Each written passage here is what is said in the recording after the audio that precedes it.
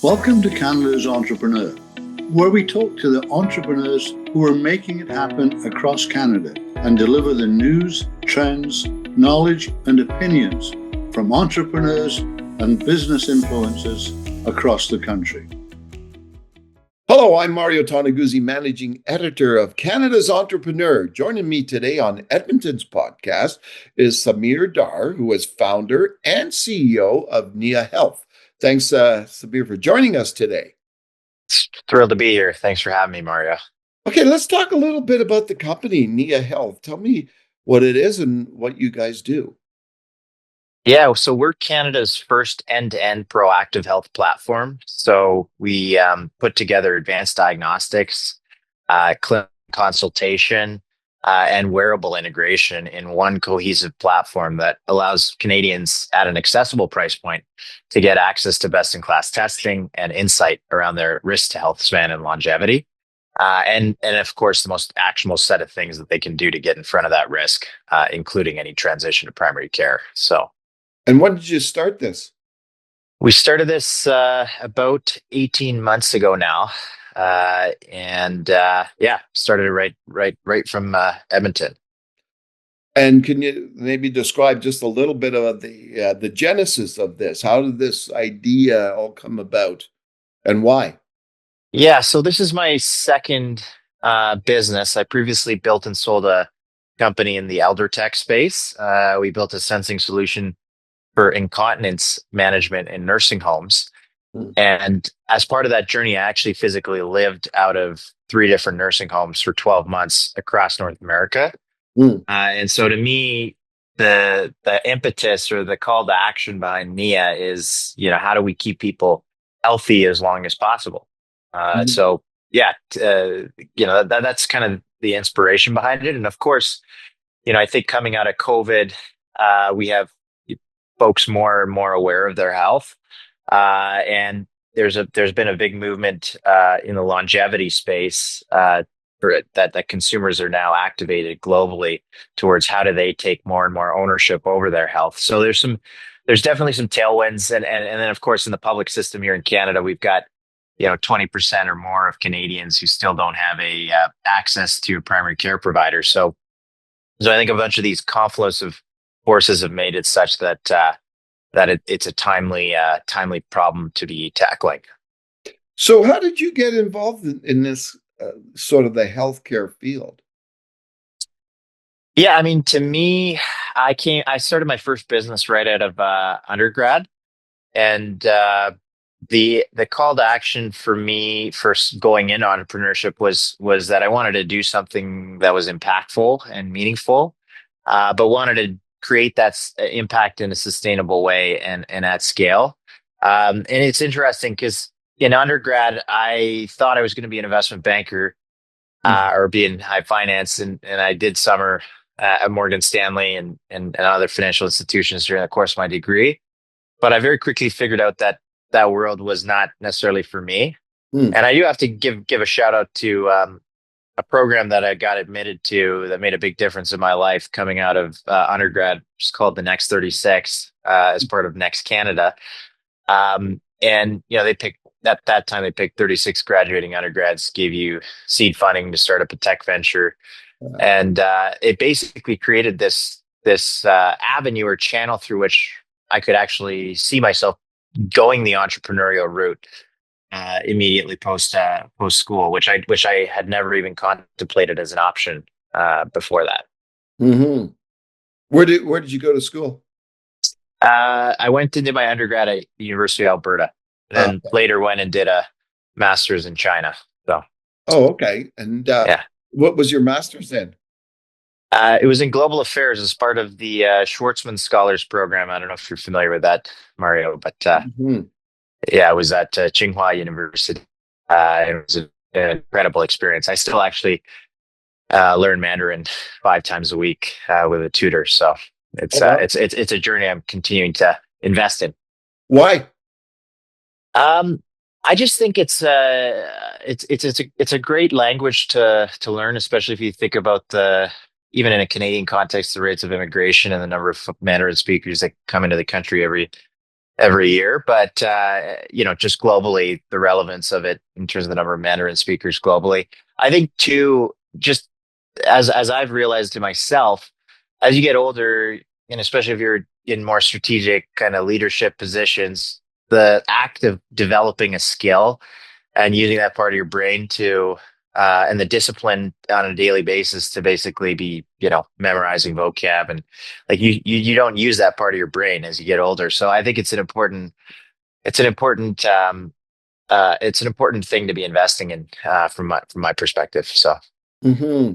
Now, on your entrepreneurial journey, Samir, when you first started out, what was the toughest challenges you had to overcome?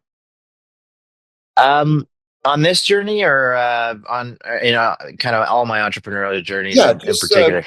just starting and embarking on being an entrepreneur. Yeah, so I would say, I mean, the first thing is always, what's the idea? I mean, it's the thing that you're gonna devote your life to and work 80 or 100-hour weeks for, and stay up all night for, and whatnot. It's and honestly, the decision to commit to an idea actually becomes harder, I think, as you get older, and as you get more experience, it doesn't actually necessarily make it easier. It actually makes it harder in my mind to commit because you just know more. But I think like finding the idea is one thing, is one big monumental kind of a gap that needs to be overcome, or challenge that you have to overcome. What are all the risks associated with this idea? How do you think about de-risking some of those things? Is this indeed worthy of actually spending your time into? I think that's always like the big first hurdle. And actually, in between businesses, to start Nia, I spent 4 years in the quote unquote wilderness, to try to basically figure out what was the next journey worthy of going on.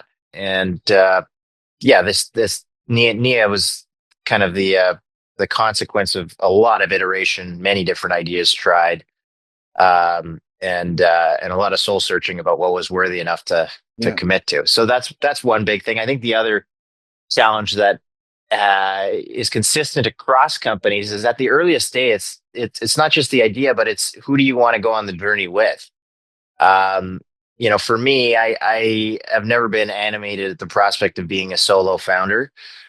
I've always found benefit in having partners on the journey, actually both financially as well as operationally. And it's funny because in both companies, after having been funded, uh, we had meaningful co-founders leave the business, and you end up in this no man's land of, oh my god, like I just raised money. The co-founder decided that it wasn't for them and that they needed to leave, and you somehow had to pick up the pieces and figure out how to solve that kind of existential threat in a very early stage of the business. So I think that's another challenge, is who you go on the journey with, and maybe goes hand in hand with the idea. So on the journey, like, did you have any role models or mentors, be it people that you knew or just people out there in general who were successful business people? Yeah, no, absolutely. I mean, like on the first journey, um, there's a number of folks, including the ones that ended up investing in me, that I credit with having supported me through mentorship, and even financially backing you. Folks like John Ferguson, his former chairman of Suncor, and someone I got introduced to through undergrad, and he was my first $50,000 check into my first ever business, right? And I remember the feeling as a 20-year-old of somebody like John, who I looked up to, and I still do so much, saying that he wanted to invest in me, and setting terms. And I just thought I had made it, right? It was just like, man, what could be better than this? So folks like him have made a big difference. Even on the Nia journey, actually, I got to tell you, um, I, I, I, between businesses, as I said, spent 4 years in the wilderness. And anytime I had an idea or was working on something, one of the key figures that I would go to for advice was Horace Wirtz, who's from Version One Ventures, one of the top seed funds in the country. And almost every single idea I tried in those years, he would just say, "It's not going to work. It's not big enough. It's not gonna whatever." He just basically, you know, poured water on my dreams type thing here. And but on the Nia journey, when I talked to him about, this initial idea and the work I'd been doing on it, et cetera, I mean, he saw this one as the one in many ways, and then said, basically by the end of a 20-30 minute call, was saying, "Hey, how do we invest? How do we invest in this?" And then he ended up being and Version One ended up being the first check into Nia's journey. So yeah, I think to answer your question succinctly and wrapping it all up, mentors / relationships with people you really respect are instrumental in going on these types of journeys, I think. Any books helpful for you? I actually these days, I've been indexing more on essays and blog posts that have kind of been, consistently there for me in times of kind of questioning or what should I do next, et cetera. Yeah. So one essay that made a specific impact on me in recent times has been Sam Altman's How to Be Successful essay that was written back, I think, in 2019. And that's one that I continue to refer back to, and I did even when in the wilderness, as a kind of a kind of a bellwether of, is this idea big enough? Is this something that I should be going on the path, towards? Should I continue down the path? Like, does it meet these types of criteria? And yeah, like it was super impactful. I also think Paul Graham's essays in general, pretty much all of them, are super relevant on the entrepreneurial journey. So yeah. So what advice would you give a young aspiring entrepreneur? I think the first thing is you got to do the work. And I want to say this, elaborate on this a little bit, because I think particularly in the West, I'm seeing this kind of emergence in the past several years, and it's significantly shifted in the past 10 years, of this emphasis on work-life balance, on the kind of minimum 40-hour work weeks, being the kind of standard of the day.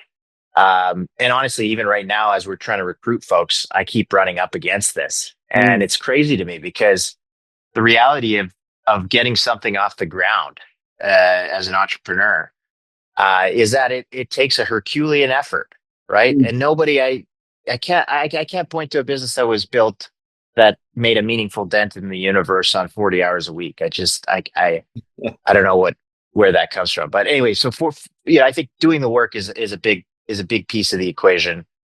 I think the second thing is you got to find something that, win or lose, you feel is worthy.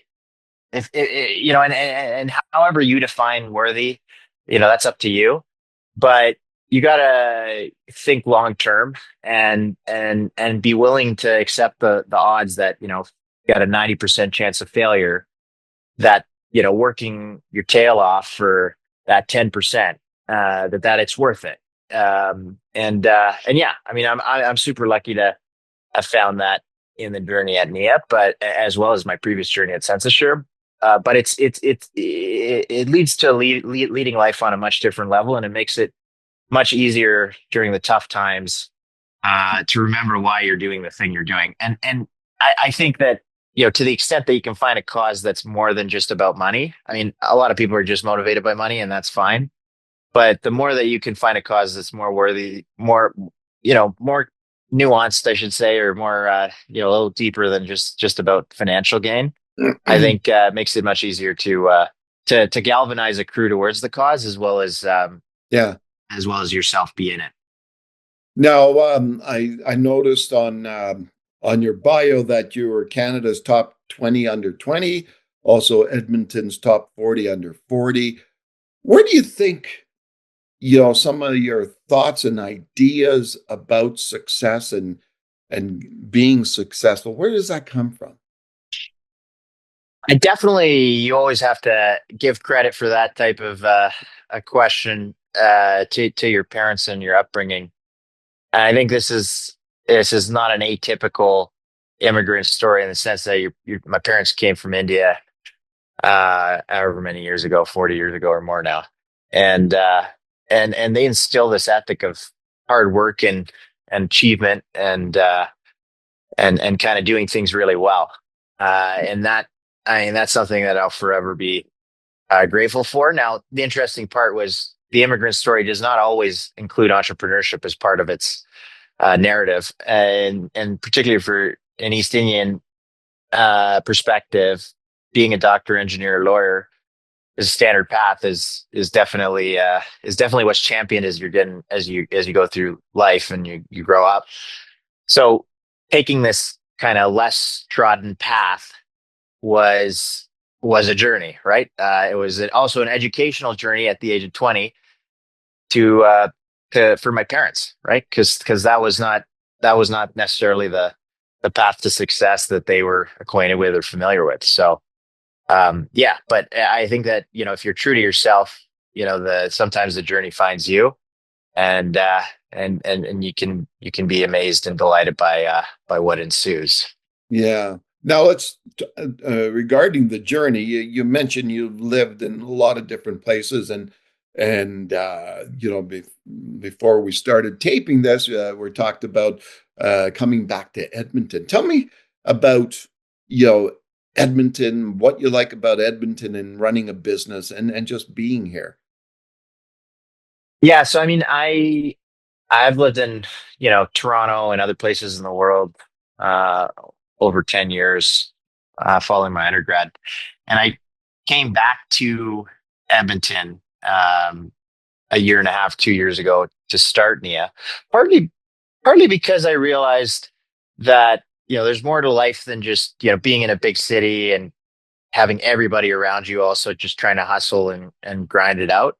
I think once you've seen what excellent and great looks like, that never leaves you.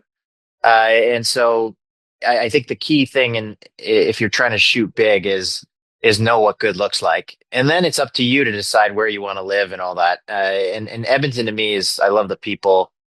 I love the fact they can hold doors open for you and they're polite and are not all just hustling to kind of be on the rat race. They see other things in life. You got amazing bike trails, etc., and just quality of life is great. Now, in terms of building a business here, I think it's also had some advantages that I didn't expect. Where because you have a bit of that more smaller town vibe, which I think is consistent across Alberta, even in Calgary.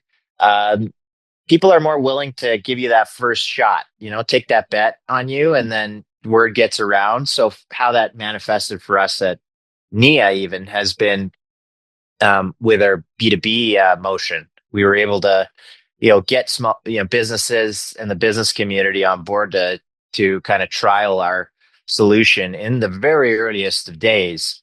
And that was all just, I think, because we had this community that's super supportive and is, willing and wants to invest in its younger entrepreneurs trying to make a dent in the universe. So I don't know if it would have been, to be honest, that easy in Toronto. And actually, even having a robust network in Toronto, most of our enterprise sales came from Edmonton. So, yeah, I think there's something very special about that kind of community, smaller town vibe, especially when you're trying to get something off the ground.